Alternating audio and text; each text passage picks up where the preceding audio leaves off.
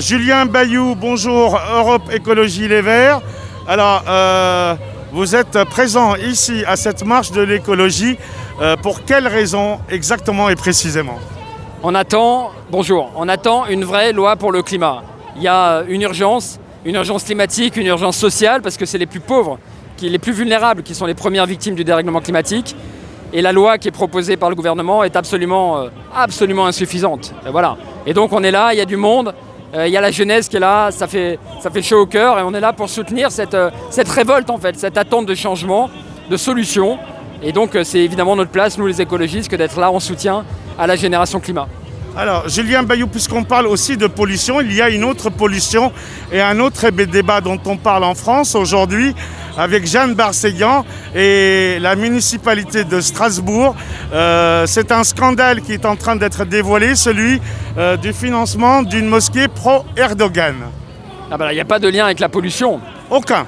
D'accord.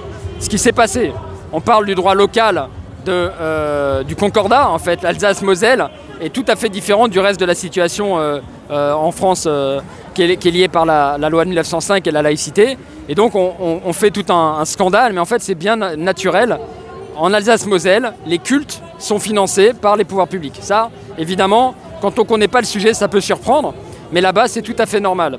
Et depuis la fin des années 90, l'islam également, et qui est d'ailleurs un peu moins soutenu en proportion. Mais les Français ne sont pas contre le financement de cette mosquée. Ce qui pose problème, c'est une mosquée pro-Erdogan et financée par une arménienne de surcroît. Et donc ce qui s'est passé, c'est que ce projet, il est ancien. Il a été déjà engagé par le maire socialiste, puis LREM, Roland Ries. Et donc en quelque sorte, Jeanne Barséguian, elle a hérité du projet. Et donc là maintenant on nous dit... Mais elle n'est pas obligée d'accorder les 2,5 millions. Je ne peux pas vous répondre.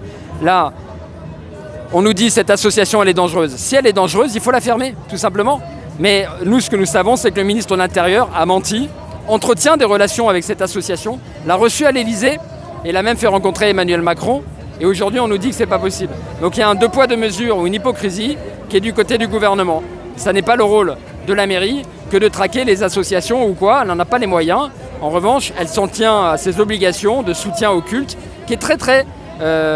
Parce que vous-même, vous étiez intervenu pendant la guerre du Karabakh contre le massacre des Arméniens par l'Azerbaïdjan. Vous aviez pris position. Évidemment, évidemment. Et moi, j'ai été observateur électoral au Kurdistan turc. Est-ce qu'il est normal qu'une Arménienne finance la mosquée des gens qui la génocident? Vous ne pouvez pas résoudre et réduire le débat à ça, je suis désolé.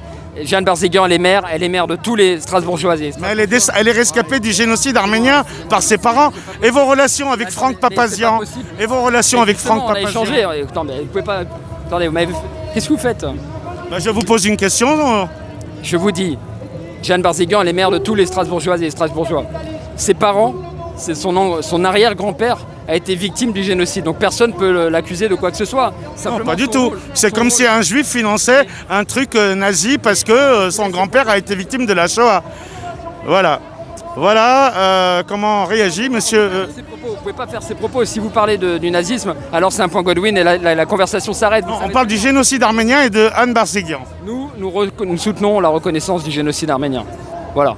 Non, financer la mosquée, ça ne nous pose pas un problème. Mais ce qui nous pose problème, c'est que ce soit une mosquée pro-Erdogan, monsieur.